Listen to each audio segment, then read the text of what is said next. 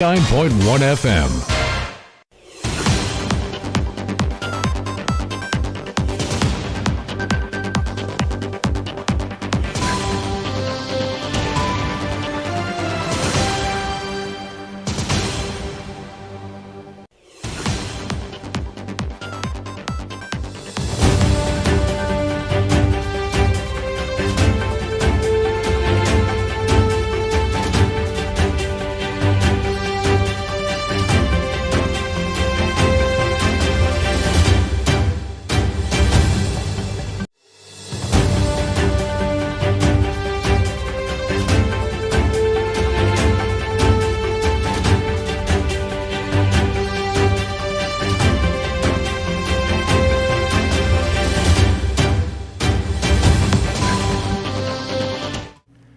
Hello, welcome to your news at noon on Kaieteur Radio. I am Kevin Smith, and these are the top stories we're tracking. Over 100 economists call on G7 countries to end funding for fossil fuel projects. Linden man dies days after beating mother to death. Bandits chop husband but leave pregnant woman alone during robbery. And 45-year-old man found dead in a home with head injuries. Meanwhile, President orders probe into drug shortage in Berbice. And the Sukubu family turns up to bury male relative but finds body of 73-year-old woman instead. Stay tuned to stay informed. Residents in flood-affected areas are encouraged to take the necessary precautions to ensure their water is safe for household use. The Ministry of Health advises that adding bleach to water will make it safe once these guidelines are followed. To 1 bucket of water, add 1/4 teaspoon of bleach. To 5 gallons of water, add half teaspoon of bleach, and to a 400-gallon water tank, add 1 cup of bleach. Once added, cover and leave for 30 minutes before using. For more information, contact the Ministry of Health on 223-9705 or 223-9713.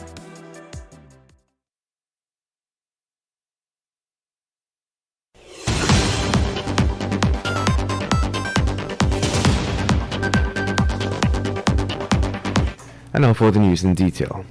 Ahead of the G7 summit, which got underway yesterday, more than 100 economists called on the participating member countries to commit to shifting their finance out of all fossil fuels starting this year so as to enable a green pandemic recovery. The Group of Seven, or G7, is an informal club of wealthy democracies consisting of Canada, France, Germany, Italy, Japan, the United Kingdom, and the United States. The heads of government of the member states, as well as the representatives of the European Union, would meet at an annual summit to discuss a range of issues. As of 2018, the G7 represented 58% of the global net wealth, or $317 trillion. At the summit, which comes to an end tomorrow, world leaders are expected to adopt an agenda to build back better from coronavirus and create a greener, more prosperous future. In other news, as the James family was preparing to lay their dead relative to rest yesterday, they got the shock of their lives as they subsequently learned that their loved one had already been buried almost a week ago. According to information reaching Kaieteur Radio, the body of 41-year-old Ronald James was buried in the place of 76-year-old Bibi Sezida Jalil last Sunday. It is understood that both bodies were at the Charity Hospital morgue, where the mix-up had occurred. The man's body was taken to Queenstown, where it was buried by the woman's family. James' family members said that the discovery was made last Thursday night as they commenced preparations for the funeral. Get the full details in today's Kaieteur News. And moving on, a mentally ill man died on Friday at the Linden Hospital complex while he was assisting with investigations into the murder of his mother, Wanda Patricia Wilson, which occurred on Tuesday evening at Karakara Linden. He has been identified as 24-year-old Hosea Ajadai. According to police, the man passed away around 8:15. He was taken to the hospital after he complained of feeling unwell while he was sitting on the bench of the Mackenzie police station. He was rushed to the Linden Hospital complex, where he was pronounced dead on arrival by a doctor.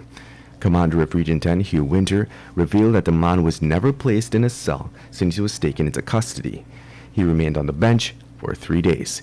He also claimed that the man was given food and water by the police. And moving on, cutlass-wielding bandits who on Wednesday night broke into a couple's home, assaulted and chopped the husband but escaped without harming his pregnant wife. According to a police report, the incident occurred in St. Ignatius Village, Central Rupununi, in Region 9. The report stated that around 20 hours 30, the pregnant 18-year-old and her 26-year-old husband were asleep when 3 bandits kicked down their door and dealt the mechanic several lashes and chops to his body. The attack forced the man to escape, leaving his pregnant wife behind. The pregnant woman related that the bandits then proceeded to search their home. The 3 suspects are in custody and an investigation is ongoing. And now let's tell you, 45-year-old Kisun Lachman was on Thursday morning discovered dead in his 16th Street, Fowlis, East Coast Demerara residence with injuries about his head. According to the police, he was found sometime around 6 hours, face down in a chair by one of his friends. Lachman, who lived alone, was a known alcoholic. The reports are that around 20 hours on Wednesday, the man left his daughter's home in an intoxicated state. About 20 hours 30, police said he was seen alive lying in a hammock at his house. A friend of Lachman reported that when he checked the house, he saw blood on Lachman's bed. In the hammock, blood on the ground just below the hammock and other areas around the house. A post-mortem examination is yet to be conducted. In other news, following several complaints from residents about the shortage of basic drugs and other pharmaceutical supplies at the Mibikuri Hospital, Port Morant Hospital, and the New Amsterdam Hospital, President Ali read the proverbial riot act to Regional Health Officer Dr. Sharma. This occurred during the head of state's visit to Johanna Blackbush Polder on Wednesday. The visit was part of the president's initiative to assess flood-affected areas. During that exercise, residents wasted no time to expose the state of health care at some of the hospitals. Residents mentioned that medication for high blood pressure, diabetes, and gas was among some they were told are unavailable. President Ali gave instructions to Minister of Local Government and Regional Development Nigel Dharamlal to conduct an investigation into the state of affairs in Region 6. And now let's tell you, Senior Minister in the Office of the President with responsibility for finance, Dr. Ashni Singh, says the coalition's decision to close the Wales estate, that should be the Wales, East Demerara, Rose Hall and Skeldon sugar estates in 2016 and 2017, was ill-considered, callous and unconscionable. The decision, he said, has left families, communities and Guyana's economy still reeling from the economic blow. Dr. Singh said the sugar industry has been integral in the village and Guyanese economy. The closure of the 4 estates resulted in dramatic economic hardships, especially in rural Demerara and Berbice, with ripple effects across Guyana. Some 7,000 Guyanese were placed on the breadline following the estates' closures. He said the 3 remaining estates, Albion, Blairmont, and Eidflat, were then starved of investments, resulting in sugar production reaching its lowest level in history.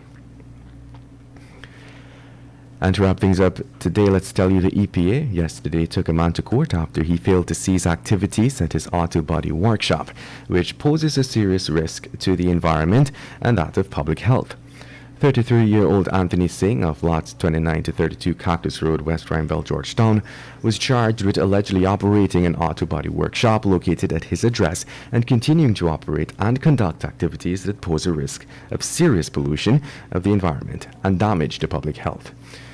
The charge further alleged that even though the defendant does not have an environmental authorization and or any approvals from the relevant authorities as required, and while a probation notice was served on March 18, 2019, is in effect, he continued to operate. Chief Magistrate McLennan granted bail in the sum of $30,000 and adjourned the matter to July 22nd.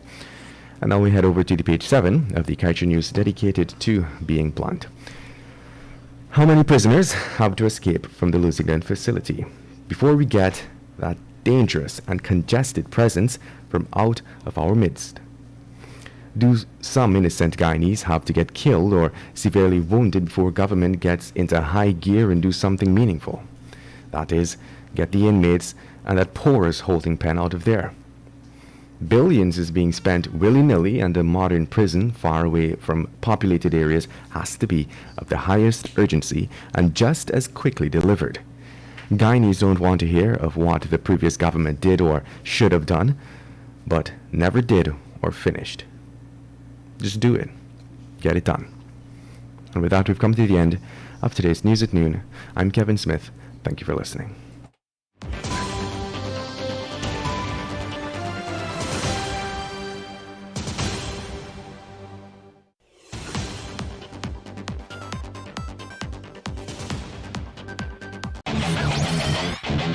Want value for your advertising dollar? Then place your ads on Kaieteur Radio's newscasts. Streamed live on 6 different mediums, reaching hundreds of thousands.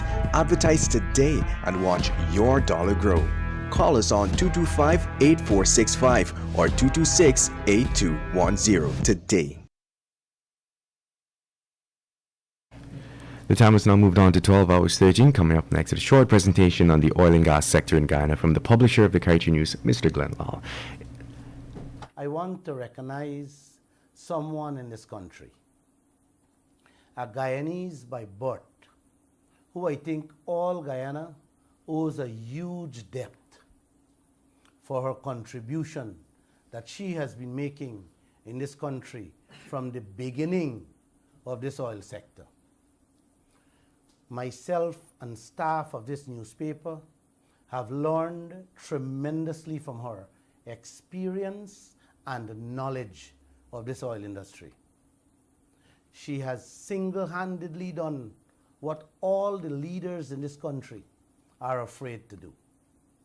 She has seen the advantage that ExxonMobil did to us with those environmental permits for projects in the Stabroek block. After going through the permits, she found that the time frame on the life of permits was against the laws of our country. Our law spells out very clearly that no permit should exceed 5 years. But our leaders give ExxonMobil 20 years. This lady took that matter before our courts and won.